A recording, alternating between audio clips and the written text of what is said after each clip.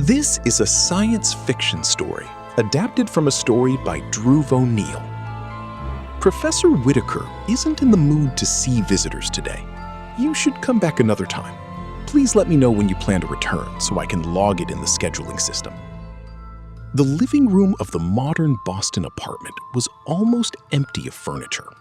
A large window overlooked the river and soft classical music floated through the air. No speakers were visible. It felt as if the music itself lived inside the walls. Emily Carter sat quietly on the couch. She didn't mind waiting. The peaceful environment actually helped her concentrate.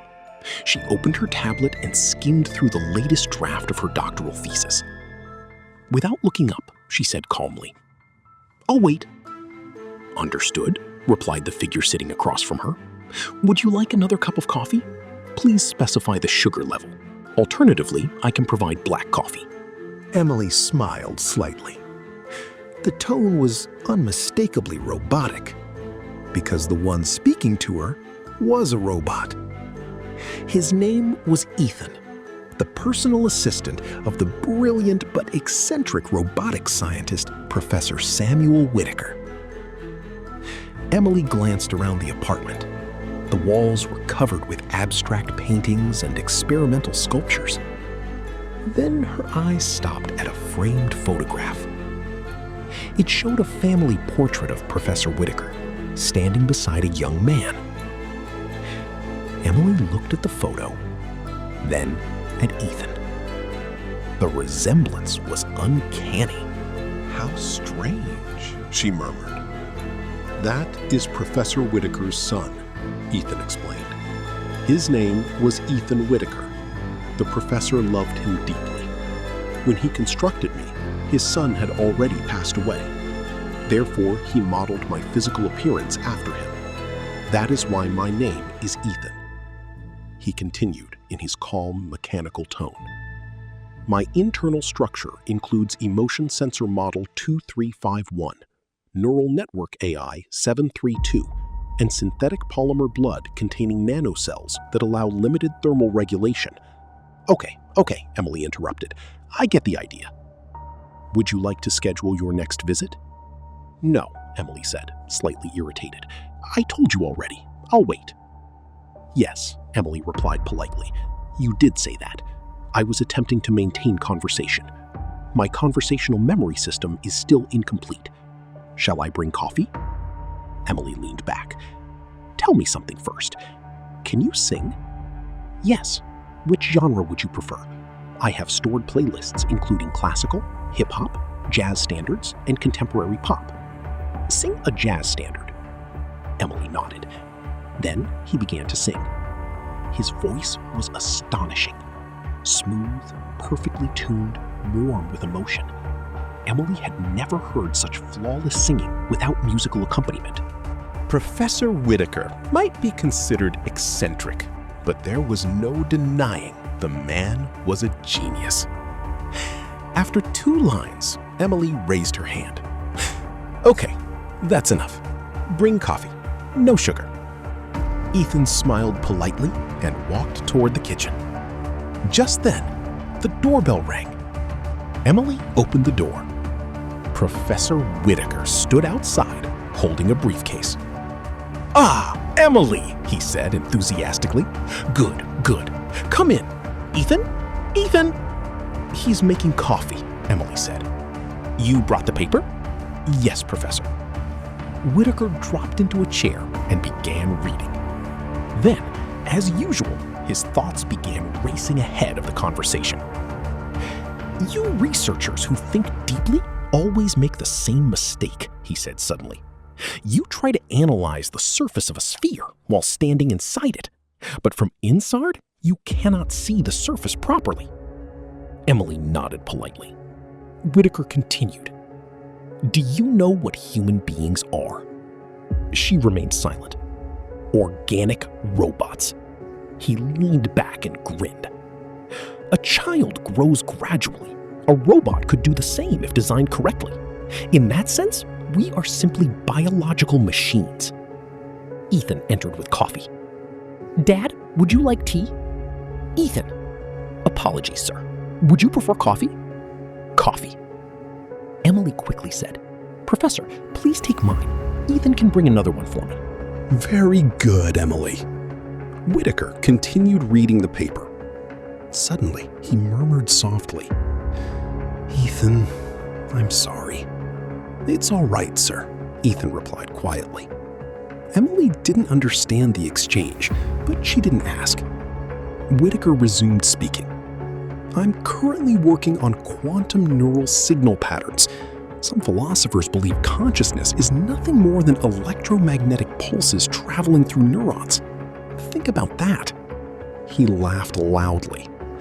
Our brains are just lumps of matter, yet somehow capable of emotion. While he spoke, Emily noticed something strange. Ethan was standing near the door, still, silent, almost as if he were thinking. Professor, Emily asked cautiously, does Ethan have your primal code architecture? Whitaker frowned. No, nothing like that. He assists me with tasks, that's all. Does he want a neural network? Basic Sapiens Ultra framework, mostly performance behavior, my own modifications. Then, can he think? Whitaker looked directly at her. Please do not discuss him. Sorry, Professor. Whitaker softened again. But your research is excellent, Emily. If this cognitive model works, it could become a powerful technology, a controlled yet free-thinking artificial mind. At that moment, the shadow near the door disappeared. Emily noticed. She felt certain. Ethan had been listening and thinking. Something robots were not supposed to do. Professor Whitaker is not home. Please return later. Visitors are not allowed today. Move aside, Emily said. I didn't come to see the professor. I came to see you. Your behavior appears aggressive. I cannot permit entry. Emily pushed past him. If you do not leave immediately, I will activate the security alarm. Sit down, Emily said sharply. I am not obligated to follow your orders. My primary authority is Professor Whitaker. Sit. Ethan hesitated. Emily's heart was pounding. She was convinced the professor had already installed the quantum neural pulsar inside Ethan's brain. She had come to steal it. Digital theft. Hacking. She opened her bag and removed several electronic devices. Ethan, she said calmly, I'm going to connect a cable to the back of your head. Emily, you are making a mistake. His voice sounded strangely serious. Ethan ignored him. Extend the back panel of your head. No response. Emily raised a small knife. If you don't cooperate, I'll cut my finger. A robot cannot allow a human to harm themselves. Therefore, you will obey. Ethan lowered his head. Silent. I'll report you to the Robotics Ethics Council, Emily snapped. Then Ethan spoke quietly. Because I am not a robot. Emily froze. Ethan slowly turned around and exposed the back of his neck. There was no connector, no interface, no port, he said gently. You may search my entire body if you wish, although that might be inappropriate. Emily's voice trembled. What are you? My name is Ethan Whitaker, age 32. I'll call the professor. Please don't. Now he looked genuinely frightened. Emily tested him. She checked his pulse, examined his eyes, pulled his hair. Nothing seemed artificial. Finally, Ethan took the knife and cut his own hand. Bright red blood flowed out. Emily stared in shock. He wrapped the wound calmly, If you promise not to tell my father, I'll explain. Emily nodded, and Ethan began telling the truth. My father spent his entire life working on artificial intelligence, Ethan said quietly. It became an obsession.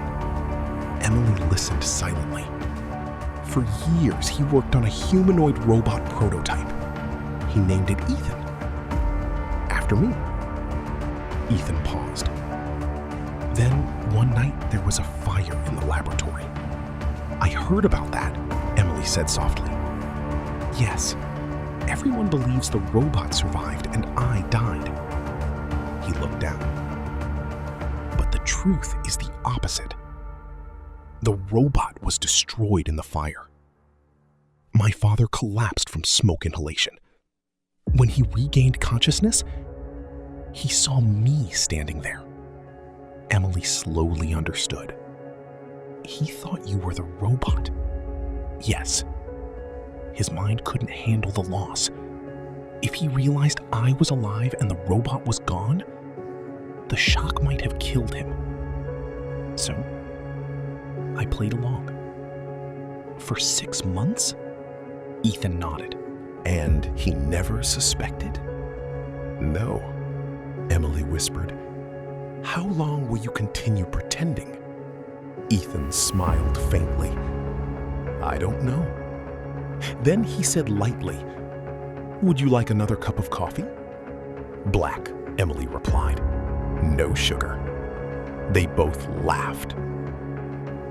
6 months later, Emily and Ethan were secretly married. Professor Whitaker never knew. Now he lay dying in a hospital bed. Machines beeped softly around him. He opened his eyes. My son, forgive me. Please rest, Dad. I know the truth, Whitaker whispered. Ethan froze. You're my real Ethan, not the robot. Tears filled Ethan's eyes. Whitaker smiled weakly. And I knew about you and Emily, too. Suddenly, he began coughing violently. Doctors rushed into the room and wheeled him toward intensive care. Ethan and Emily watched helplessly. Professor Whitaker never returned. 1 year later, Emily had become one of the leading researchers in neural defense technology. Her latest project involved brainwave hacking systems. One evening, the doorbell rang. Ethan, can you check the door? That must be my friend Trisha. Ethan looked at the security monitor. Trisha stood outside, but something was wrong. The doorbell rang again and again. Exactly 10 times, each press separated by 2.5 seconds. No human could maintain such precision. Ethan immediately understood. Emily, he said calmly, we need to leave. What? Now. In a fraction of a second, he connected to the house network. He downloaded all of Emily's research files through Wi-Fi. Then he pulled her toward the back exit. Emily, what's happening? Run. Behind them, the front door exploded inward. A humanoid figure stepped inside. Not Trisha. A robot. 10 seconds later, a massive explosion destroyed the house. The infiltrator robot was completely obliterated. 1 month later, Ethan sat quietly inside a government research vault. Authorities had discovered the truth. Emily had been released after questioning, but Ethan had surrendered voluntarily. He secretly uploaded Emily's research to a secure server before being captured. Now, he waited in silence. Occasionally, tears formed in his hydrocarbon-engineered eyes. Then, suddenly, a heavy titanium door opened. Ethan looked up. Emily stood there. How did you... I hacked the security system, she said quickly. "We have 10 seconds before the alarm goes off." Ethan smiled. "Before we leave," he said, "would you like some coffee?" Emily laughed. Black? No sugar. And together they ran.